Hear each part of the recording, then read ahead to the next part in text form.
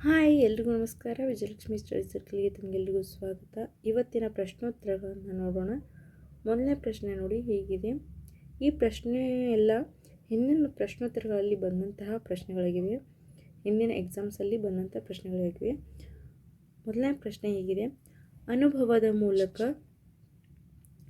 ವ್ಯಕ್ತಿಯ ವರ್ತನೆಗಳಲ್ಲಿ ಆಗುವ ಬದಲಾವಣೆಗೆ ಕಾರಣ ಅಂತ ಪ್ರಶ್ನೆ ಇದೆ.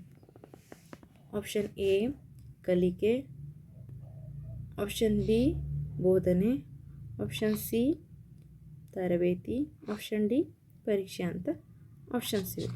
ಇದರಲ್ಲಿ ಸರಿಯಾದ ಉತ್ತರ ಬಂದ್ಬಿಟ್ಟು ಯಾವುದು ಅಂತಂದರೆ ಆಪ್ಷನ್ ಎ ಕಲಿಕೆ. ಕಲಿಕೆ ಅನ್ನೋದು ಅನುಭವದ ಮೂಲಕ ವ್ಯಕ್ತಿಯ ವರ್ತನೆಗಳಲ್ಲಿ ಆಗುವ ಬದಲಾವಣೆಗೆ ಕಾರಣ ಅಂತ ನಾವು ನೋಡ್ತೀವಿ. ಕಲಿಕೆ ಸರಿಯಾದ ಉತ್ತರ. ಪ್ರಶ್ನೆ ಸಂಖ್ಯೆ 2.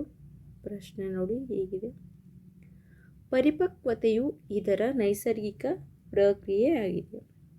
ಆಪ್ಷನ್ ಎ ಬೆಳವಣಿಗೆ, ಆಪ್ಷನ್ ಬಿ ವಿಕಾಸ, ಆಪ್ಷನ್ ಸಿ ವ್ಯಕ್ತಿತ್ವ, ಆಪ್ಷನ್ ಡಿ ಬೆಳವಣಿಗೆ ಮತ್ತು ವಿಕಾಸ. ಇದರಲ್ಲಿ ಸರಿಯಾದ ಉತ್ತರ ನೀವು ಗೆಸ್ ಮಾಡಿ. ನಾನು ಆನ್ಸರ್ ಹೇಳ್ತೀನಿ. ನಿಮಗೆ ಗೊತ್ತಿದೆಯೋ ಆನ್ಸರ್ ಇಲ್ಲ ಅಂತ ನಿಮ್ಮನ್ನು ನೀವು ಟೆಸ್ಟ್ ಮಾಡ್ಕೋಬೋದು. ಸರಿಯಾದ ಉತ್ತರ ಬಂದ್ಬಿಟ್ಟು ಪರಿಪಕ್ವತೆಯು ಇದರ ನೈಸರ್ಗಿಕ ಪ್ರಕ್ರಿಯೆ ಅಂದರೆ ಬೆಳವಣಿಗೆ ಮತ್ತು ವಿಕಾಸ. ಇವೆರಡೂ ಪರಿಪಕ್ವತೆ ನೈಸರ್ಗಿಕ ಪ್ರಕ್ರಿಯೆ ಇದೆ ಅಂತ ನಾವು ನೋಡ್ಬೋದು. ಇದರ PDF ವಿಜಯಲಕ್ಷ್ಮಿ ಸ್ಟಡಿ ಸರ್ಕಲ್ ಟೆಲಿಗ್ರಾಮಲ್ಲಿ ಹಾಕಿರ್ತೀನಿ. ಪ್ರಶ್ನೆ ಸಂಖ್ಯೆ 3. ಸಾಮಾನ್ಯ ಬೌದ್ಧಿಕ ಸಾಮರ್ಥ್ಯದ ಜೊತೆಗೆ ವ್ಯಕ್ತಿಯಲ್ಲಿ ಇರುವ ವಿಶೇಷ ಸಾಮರ್ಥ್ಯವೇ ಅಂತ ಪ್ರಶ್ನೆ ಇದೆ. ಸಾಮಾನ್ಯ ಬೌದ್ಧಿಕ ಸಾಮರ್ಥ್ಯದ ಜೊತೆಗೆ ವ್ಯಕ್ತಿಯಲ್ಲಿ ಇರುವ ವಿಶೇಷ ಸಾಮರ್ಥ್ಯ ಏನು ಅಂತ ಪ್ರಶ್ನೆ ಇದೆ.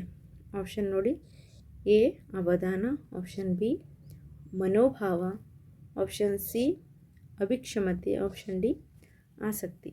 ಇದರಲ್ಲಿ ಸರಿಯಾದ ಉತ್ತರ ಬಂದ್ಬಿಟ್ಟು ನೀವು ಗೆಸ್ ಮಾಡ್ತೀರಿ.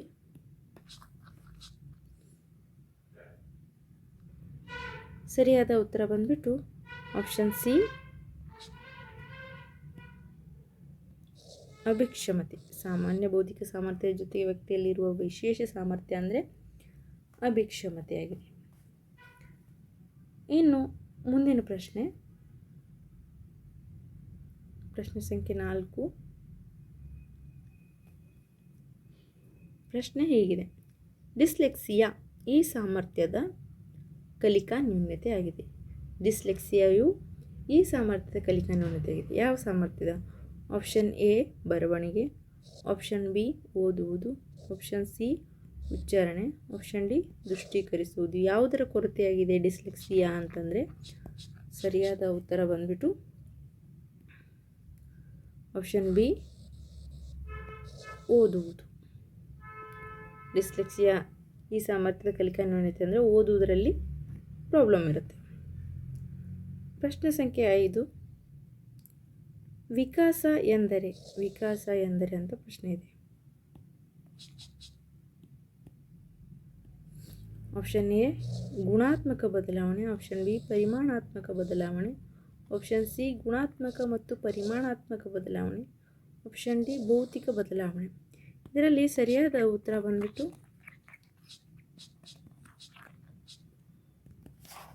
ಯಾವುದು ಅಂದರೆ ಆಪ್ಷನ್ ಸಿ ಗುಣಾತ್ಮಕ ಮತ್ತು ಪರಿಮಾಣಾತ್ಮಕ ಬದಲಾವಣೆಯಾಗುವುದೇ ವಿಕಾಸ.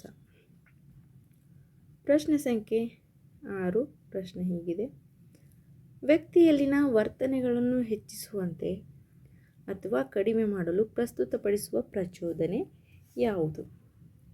ವ್ಯಕ್ತಿಯಲ್ಲಿರುವ ವರ್ತನೆಗಳನ್ನು ಹೆಚ್ಚಿಸಬಹುದು ಅಥವಾ ಕಡಿಮೆ ಮಾಡಬಹುದು. ಈ ರೀತಿ ಪ್ರಚೋದನೆ ಯಾವುದು ಅಂದರೆ ಆಪ್ಷನ್ ಎ ಅಭಿಪ್ರೇರಣೆ, ಆಪ್ಷನ್ ಬಿ ಪುನರ್ಬಲನ, ಆಪ್ಷನ್ ಸಿ ಪ್ರತಿಕ್ರಿಯೆ, ಆಪ್ಷನ್ ಡಿ ಆತ್ಮವಿಶ್ವಾಸ. ಇದರಲ್ಲಿ ವ್ಯಕ್ತಿಯಲ್ಲಿನ ವರ್ತನೆಗಳನ್ನು ಹೆಚ್ಚಿಸುವ ಅಥವಾ ಕಡಿಮೆ ಮಾಡಲು ಯಾವ ಪ್ರಚೋದನೆ ಬೇಕಾಗುತ್ತೆ ಅಂತಂದರೆ ಆಪ್ಷನ್ ಬಿ ಪುನರ್ಬಲನ.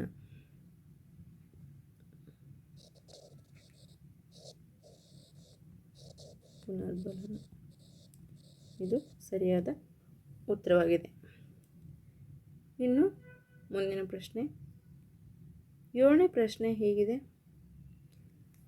ಕಲಿಯುವವನಿಗೆ ಸ್ಕ್ಯಾಫೋಲ್ಡಿಂಗ್ ಎನ್ನುವ ಪ್ರಕ್ರಿಯೆಯ ಮೂಲಕ ಕಲಿಕೆಯಲ್ಲಿ ಸಹಾಯ ಮಾಡುವುದು.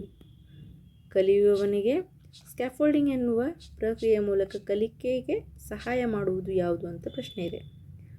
ಆಪ್ಷನ್ ಎ ಸಂರಚನಾವಾದ, ಆಪ್ಷನ್ ಬಿ ಬೌದ್ಧಿಕವಾದ, ಆಪ್ಷನ್ ಸಿ ವರ್ತನವಾದ, ಆಪ್ಷನ್ ಡಿ ಮಾನವತಾವಾದ ಅಂತ ಇದೆ. ಇದರಲ್ಲಿ ಸರಿಯಾದ ಉತ್ತರ ಬಂದ್ಬಿಟ್ಟು ಆಪ್ಷನ್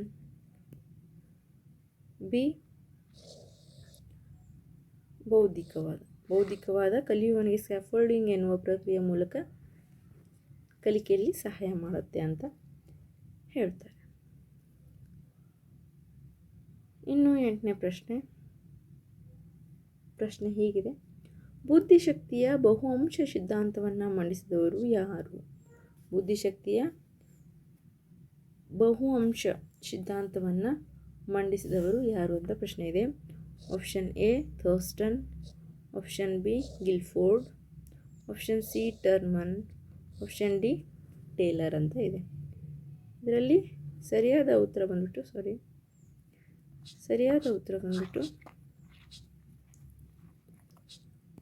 ಆಪ್ಷನ್ ಎ ಥರ್ಸ್ಟನ್.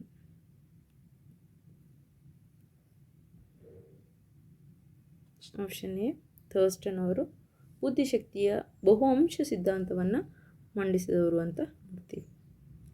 ಇನ್ನು 9ನೇ ಪ್ರಶ್ನೆ ಹೀಗಿದೆ. ವಿಮರ್ಶಾತ್ಮಕ ಚಿಂತನೆಯನ್ನು ಮಕ್ಕಳಲ್ಲಿ ಈ ಮೂಲಕ ಬೆಳೆಸಬಹುದು. ಈ ಚಿಂತನೆಯನ್ನು ಮಕ್ಕಳಲ್ಲಿ ಯಾವ ರೀತಿ ಬೆಳೆಸ್ಬೋದು ಅಂತಂದರೆ ಆಪ್ಷನ್ ಎ ಅನ್ವೇಷಣೆ, ಆಪ್ಷನ್ ಬಿ ಮೌಲ್ಯಮಾಪನ, ಆಪ್ಷನ್ ಸಿ ಪ್ರಾತ್ಯಕ್ಷಿಕೆ ಆಗಬೇಕದು,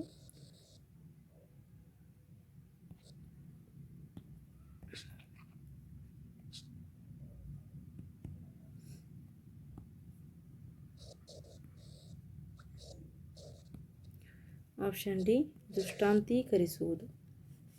ಇದರಲ್ಲಿ ಸರಿಯಾದ ಉತ್ತರ ಬಂದ್ಬಿಟ್ಟು ಆಪ್ಷನ್ ಎ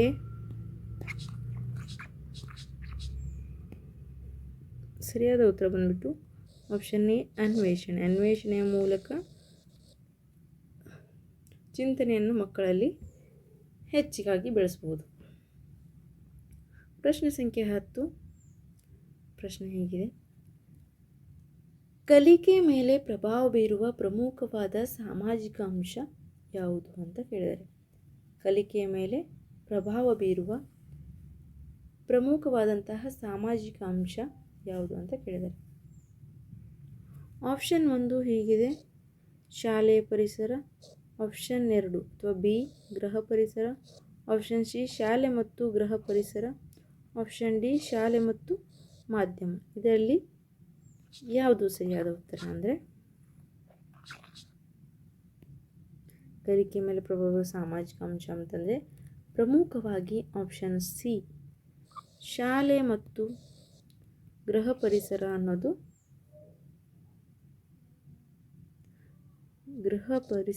ಪರಿಸರ ಅನ್ನೋದು ಕಲಿಕೆ ಮೇಲೆ ಅತಿ ಹೆಚ್ಚು ಬೀರುವ ಪ್ರಮುಖವಾದಂತಹ ಸಾಮಾಜಿಕ ಅಂಶ. ಕಲಿಕೆ ಮೇಲೆ ಪ್ರಭಾವ ಬೀರುವ ಪ್ರಮುಖ ಸಾಮಾಜಿಕ ಅಂಶ ಅನ್ನೋದನ್ನು ಶಾಲೆ ಮತ್ತು ಗೃಹ ಪರಿಸರ ಅಂತ ನೋಡ್ತೀವಿ. ಇನ್ನು ಪ್ರಶ್ನೆ ಸಂಖ್ಯೆ 11 ಪ್ರಶ್ನೆ ಹೀಗಿದೆ. ಹಿಂದಿನ ಕಲಿಕೆಯು ಹೊಸ ಕಲಿಕೆಗೆ ಅನುಕೂಲಿಸುವುದಾದರೆ ಅಥವಾ ಅನುಕೂಲೀಕರಿಸುವುದಾದರೆ, ಅನುಕೂಲಿಸುವುದು ಅಂದರೆ ಚಲೋ, ಅನುಕೂಲಿಸುವುದಾದರೆ ಆ ಕಲಿಕೆ ಹಿಂದಿನ ಕ್ಲಾಸಲ್ಲಿ ಕಲಿತಂತಹ ವಿಷಯವನ್ನು ಹೊಸ ಕಲಿಕೆಗೆ ಅನುಕೂಲಿಸುವುದಾದರೆ ಆ ಕಲಿಕೆ ಯಾವುದು ಅಂತ ಕೇಳಿದ್ದಾರೆ. ಆಪ್ಷನ್ ಎ ಧನಾತ್ಮಕ ಕಲಿಕಾ ವರ್ಗಾವಣೆ, ಆಪ್ಷನ್ ಬಿ ಋಣಾತ್ಮಕ ಕಲಿಕಾ ವರ್ಗಾವಣೆ, ಆಪ್ಷನ್ ಸಿ ಪಾರ್ಶ್ವ ಕಲಿಕಾ ವರ್ಗಾವಣೆ, ಆಪ್ಷನ್ ಡಿ ಶೂನ್ಯ ಕಲಿಕಾ ವರ್ಗಾವಣೆ. ಇದರಲ್ಲಿ ಸರಿಯಾದ ಉತ್ತರ ಬಂದ್ಬಿಟ್ಟು ಆಪ್ಷನ್ ಎ ಧನಾತ್ಮಕ ಕಲಿಕಾ ವರ್ಗಾವಣೆ. ಪ್ರಶ್ನೆ ಸಂಖ್ಯೆ 12 ಪ್ರಶ್ನೆ ಹೀಗಿದೆ. ಆಧುನಿಕ ಮನೋವಿಜ್ಞಾನದ ಪಿತಾಮಹ ಎಂದು ಯಾರನ್ನು ಕರೆಯುತ್ತಾರೆ? ಆಧುನಿಕ ಮನೋವಿಜ್ಞಾನದ ಪಿತಾಮಹ ಎಂದು ಯಾರನ್ನು ಕರೆಯುತ್ತಾರೆ?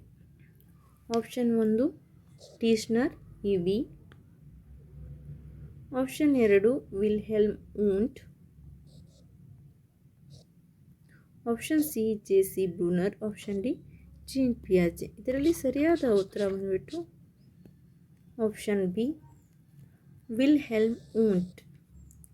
ವಿಲ್ಹೆಲ್ಮ್ ವೂಂಟ್ ಅನ್ನೋರು ಆಧುನಿಕ ಮನೋವಿಜ್ಞಾನದ ಪಿತಾಮಹ ಅಂತ ಪ್ರಸಿದ್ಧಿ ಪಡೆದಿದ್ದಾರೆ, ಅಥವಾ ಪ್ರಮುಖವಾಗಿ ಅವರನ್ನ ಆಧುನಿಕ ಮನೋವಿಜ್ಞಾನದ ಪಿತಾಮಹ ಎಂದು ಕರೆಯುತ್ತಾರೆ.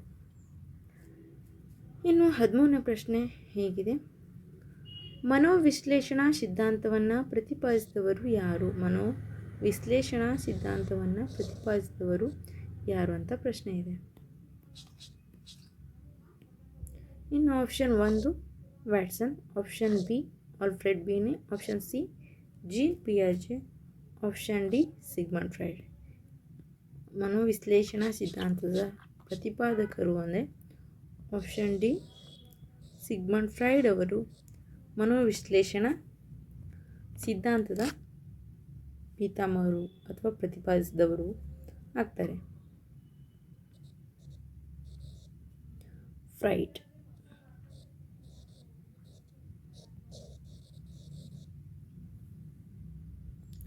ಇನ್ನು ಮುಂದಿನ ಪ್ರಶ್ನೆ 14. ಈ ಕೆಳಗಿನ ಯಾವುದು ಕಲಿಕೆಯ ಅಂಶಕ್ಕೆ ಸಂಬಂಧಿಸಿಲ್ಲ? ಇದು ಕಲಿಕೆಯ ಅಂಶಕ್ಕೆ ಸಂಬಂಧಿಸಿಲ್ಲ ಅನ್ನೋದಾದರೆ ಅದು ಯಾವುದು ಅಂತ ಕೇಳಿದ್ದಾರೆ. ಆಪ್ಷನ್ ಎ ವೈಯಕ್ತಿಕ ಅಂಶ. ಆಪ್ಷನ್ ಬಿ ಮನೋವೈಜ್ಞಾನಿಕ ಅಂಶ. ಆಪ್ಷನ್ ಸಿ ಸಾಮೂಹಿಕ ಅಂಶ. ಆಪ್ಷನ್ ಡಿ ಭೌಗೋಳಿಕ ಅಂಶ. ಇದರಲ್ಲಿ ಸರಿಯಾದ ಉತ್ತರ ಬಂದುಬಿಟ್ಟು ಯಾವುದು ಕಲಿಕೆಗೆ ಸಂಬಂಧಪಟ್ಟಿಲ್ಲ ಅಂತಂದರೆ ಆಪ್ಷನ್ ಡಿ ಭೌಗೋಳಿಕ ಅಂಶ. ಇದು ಕಲಿಕೆಯ ಅಂಶಕ್ಕೆ ಸಂಬಂಧಿಸಿದ್ದಲ್ಲ. ಇನ್ನು ಕೊನೆ ಪ್ರಶ್ನೆ ಹೀಗಿದೆ: ಬಾಲವಾಡಿಗಳು ಈ ಕೆಳಗಿನ ಯಾವ ಉದ್ದೇಶವನ್ನು ಈಡೇರಿಸುತ್ತವೆ? ನಾವು ಚಿಕ್ಕವರಿದ್ದಾಗ ಹೋಗಿರ್ತೀವಿ, ಕೆಲವೊಬ್ಬರು ಹೋಗಿರಲ್ಲ ಬಾಲವಾಡಿಗಳಿಗೆ. ಆ ಬಾಲವಾಡಿಗಳು ಸ್ಥಾಪನೆ ಆಗಲು ಅಥವಾ ಅವು ಹೊಂದಿರುವಂಥ ಉದ್ದೇಶ ಏನು ಅಂತಂದರೆ ಆಪ್ಷನ್ ಎ ಪೂರ್ವ ಬಾಲ್ಯ ಶಿಕ್ಷಣವನ್ನು ನೀಡುವುದು. ಆಪ್ಷನ್ ಬಿ ಬಾಲ್ಯ ಶಿಕ್ಷಣ ನೀಡುವುದು. ಆಪ್ಷನ್ ಸಿ ತಾರುಣ್ಯಾವಸ್ಥೆ ಶಿಕ್ಷಣ ನೀಡುವುದು. ಆಪ್ಷನ್ ಡಿ ವಯಸ್ಕರ ಶಿಕ್ಷಣ ನೀಡುವುದು. ಬಾಲವಾಡಿಗಳು ಯಾವ ಉದ್ದೇಶವನ್ನು ಹೊಂದಿರ್ತವೆ ಅಂತಂದರೆ ಆಪ್ಷನ್ 1 ಪೂರ್ವ ಬಾಲ್ಯ ಶಿಕ್ಷಣವನ್ನು ನೀಡ್ತವೆ. ಬಾಲವಾಡಿಯೊಳಗೆ ಪೂರ್ವ ಬಾಲ್ಯ ಶಿಕ್ಷಣವನ್ನು ನೀಡುವಂತಹ ಉದ್ದೇಶವನ್ನು ಹೊಂದಿರ್ತವೆ. ಥ್ಯಾಂಕ್ ಯು ಎಲ್ರಿಗೂ ವಿಡಿಯೋನ ಕೊನೆ ತನಕ ನೋಡಿದ್ದಕ್ಕಾಗಿ. ಮುಂದಿನ ವಿಡಿಯೋಗಾಗಿ ವೇಟ್ ಮಾಡ್ತಾ ಇರಿ. ನಾನು ಕ್ಲಾಸ್ ಮಾಡ್ತಾ ಇರ್ತೀನಿ. ಸ್ವಲ್ಪ ಮೊಬೈಲ್ ಪ್ರಾಬ್ಲಮ್ ಇರೋದ್ರಿಂದ ಕ್ಲಾಸ್ ಮಾಡೋಕ್ಕಾಗಿರಲಿಲ್ಲ. ಸೊ ಇನ್ನೂ ಕ್ಲಾಸ್ ಬೇಕು ಅಂತಂದರೆ ಕಮೆಂಟ್ ಮಾಡಿ. ಏನಾದರೂ ಮಿಸ್ಟೇಕ್ ಆಗಿತ್ತು ಅಂತಂದರೆ ಅದನ್ನು ಕಮೆಂಟ್ ಮಾಡಿ. ಸೊ ಯಾರೆಲ್ಲ ನಮ್ಮ ಚಾನಲ್ಗೆ ಹೊಸದಾಗಿ ಭೇಟಿ ನೀಡುತ್ತಿದ್ದೀರಾ ದಯವಿಟ್ಟು ನಮ್ಮ ಚಾನಲ್ನ ಸಬ್ಸ್ಕ್ರೈಬ್ ಮಾಡಿ, ಲೈಕ್ ಮಾಡಿ, ಶೇರ್ ಮಾಡಿ. ಅಲ್ಲಿ ತನಕ ಚೆನ್ನಾಗಿರಿ ಅಂತ ಹೇಳ್ತಾ ವಿಡಿಯೋನ ಮುಗಿಸ್ತೀನಿ. Thank you. ಬಾಯ್.